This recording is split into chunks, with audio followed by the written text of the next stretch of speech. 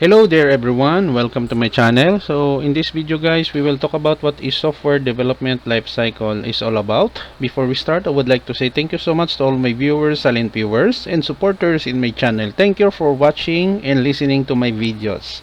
If you are new with my channel and then you like this video, please hit the like button. Don't forget to share and please support my channel guys if you are new by clicking the subscribe button. So let's begin. What is software development lifecycle? The software development lifecycle or SDLC is the cost-effective and time-efficient process that development teams use to design and build high-quality software.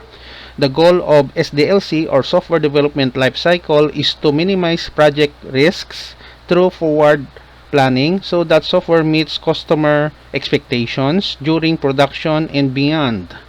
Okay guys, so this is the end of my report on what is software development life cycle is all about. Thank you so much for listening and watching my videos. If you like this video, please hit the like button. Don't forget to share and please support my channel guys if you are new by clicking the subscribe button.